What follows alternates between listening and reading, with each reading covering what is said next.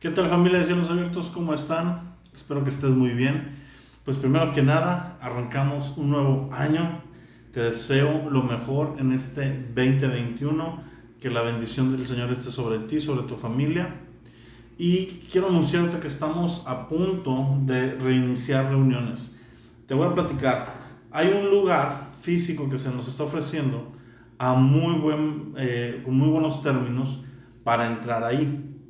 El lugar es bastante grande, es bastante amplio. De hecho, sobrepasa las expectativas de cualquier lugar que hemos estado en cuanto a tamaño. Y bueno, por esa razón estuvimos haciendo esta encuesta también de a qué tipo de reunión asistirías. Y tenemos esa opción, esa es una opción que está ahí latente. Básicamente es que nos decidamos para entrar y entraríamos a este lugar. Otra opción es abrir grupos pequeños, 4 grupos alrededor de la ciudad, y organizar a las personas de la iglesia en estos grupos para tenerlos durante el fin de semana, vernos físicamente y además seguir con el formato del video y todo eso como estamos.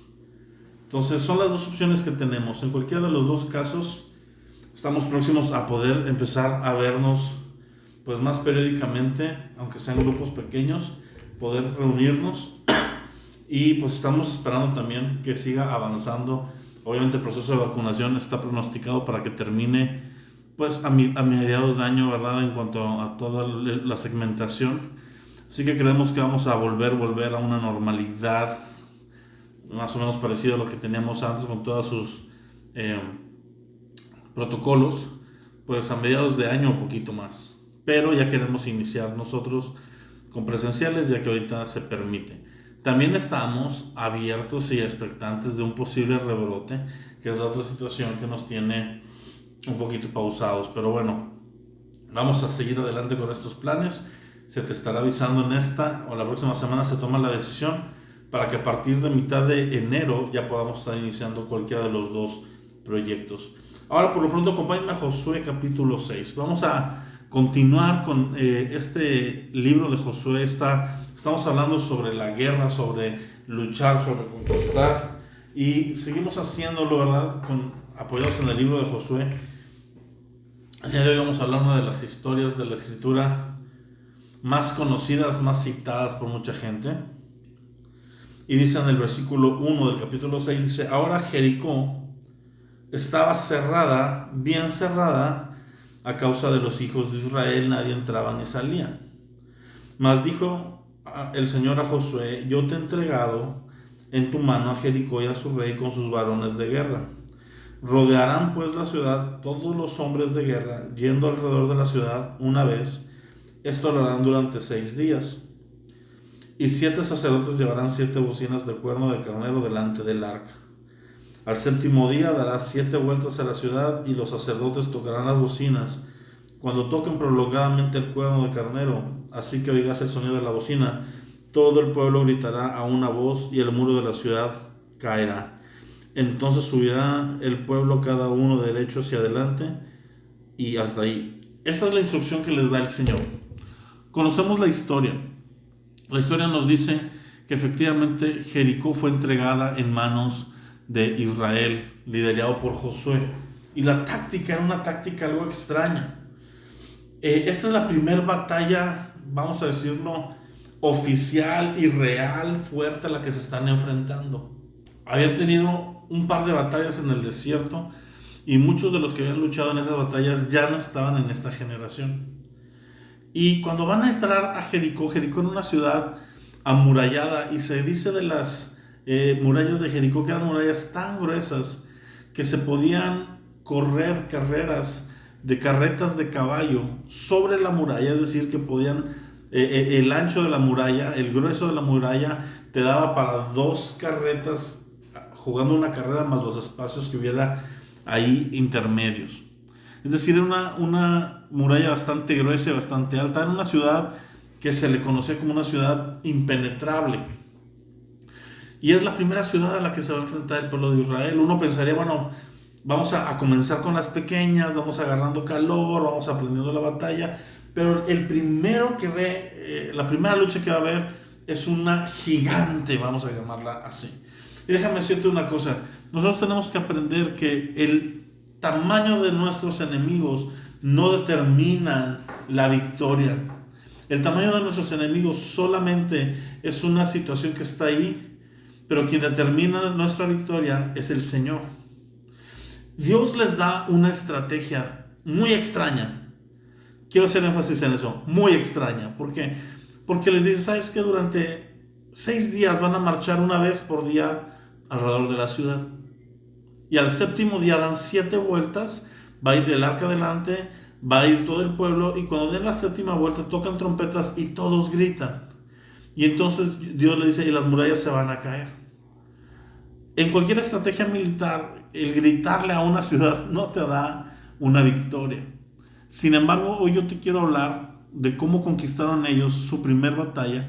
Después Dios les da más instrucciones que vamos a ver el próximo capítulo.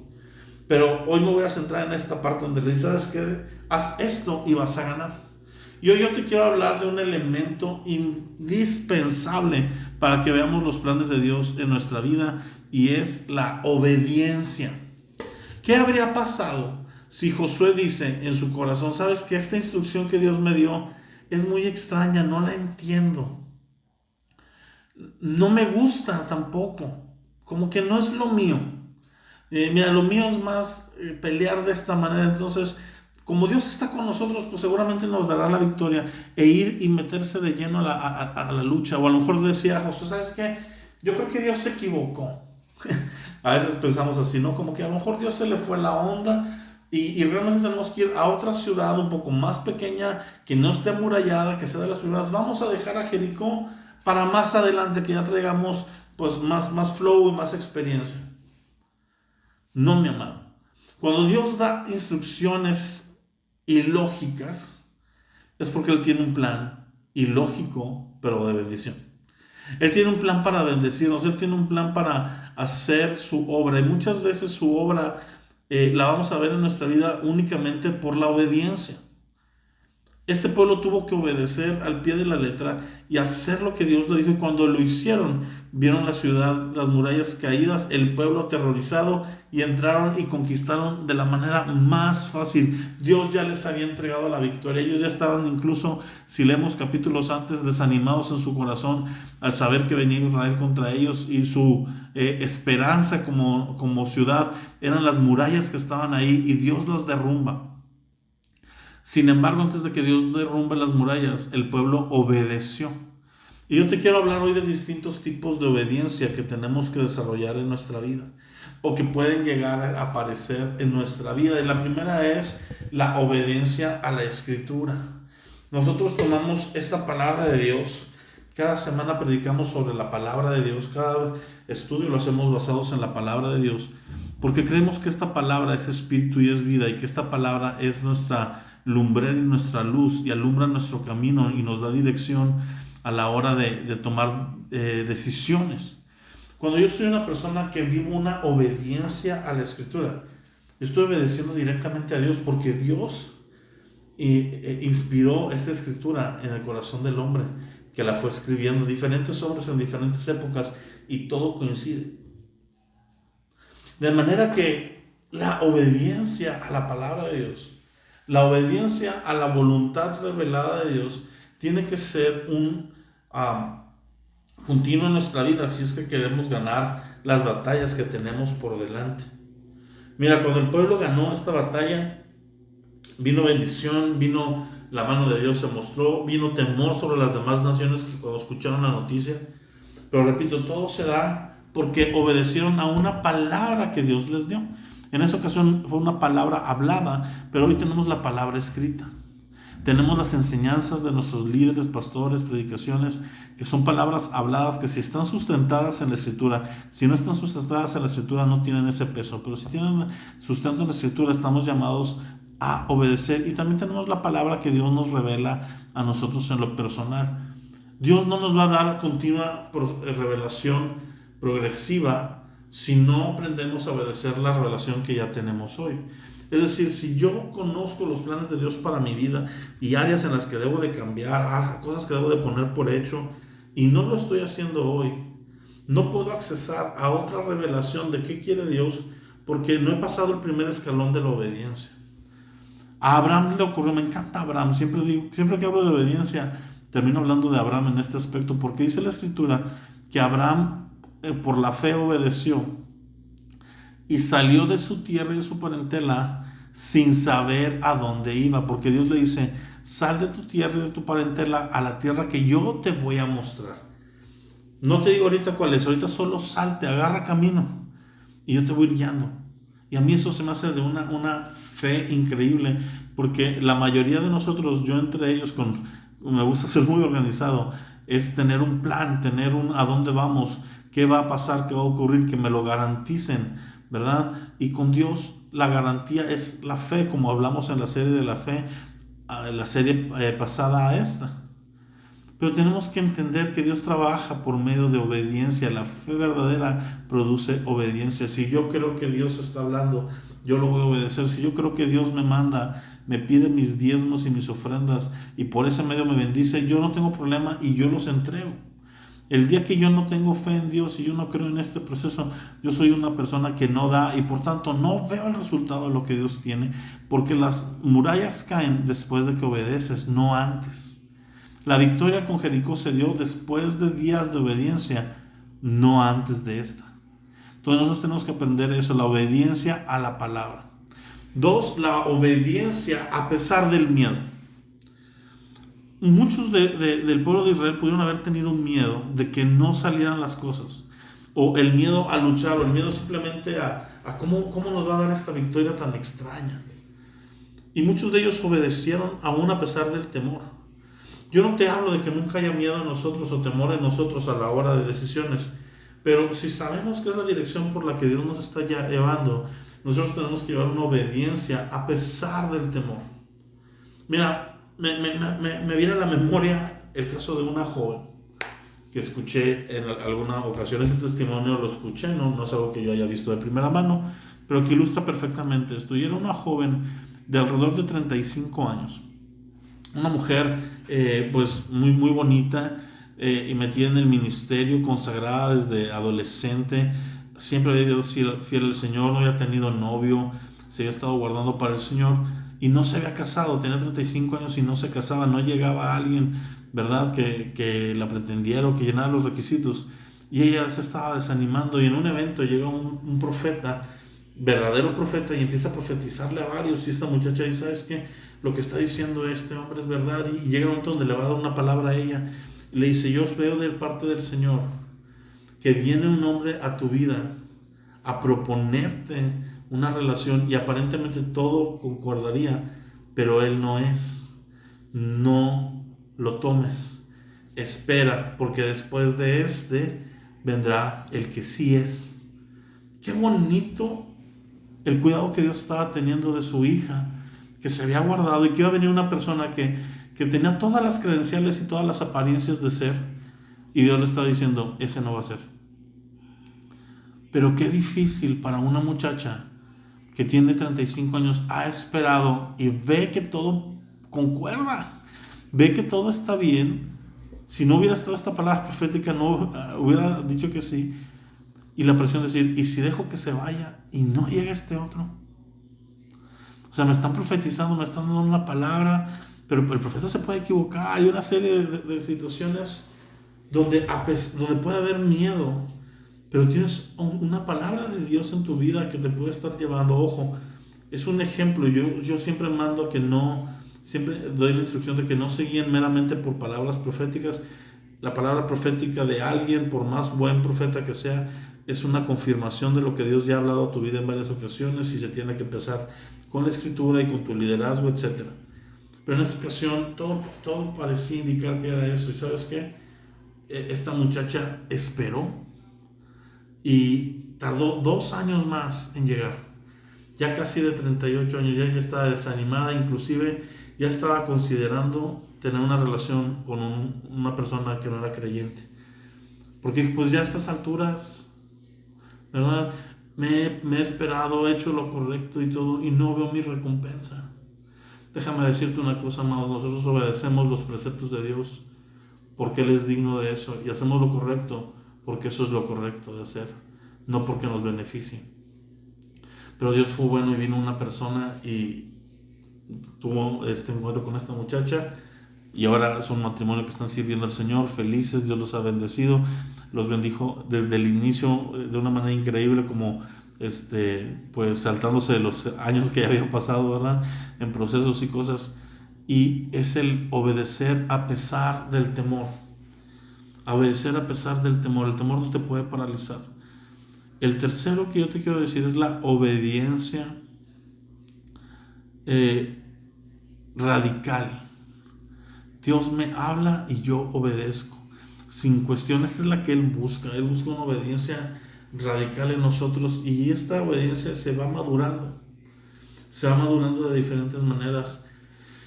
Pero estamos llamados a llegar a una obediencia como la de Cristo Jesús, donde dice: Señor, yo estoy para morir.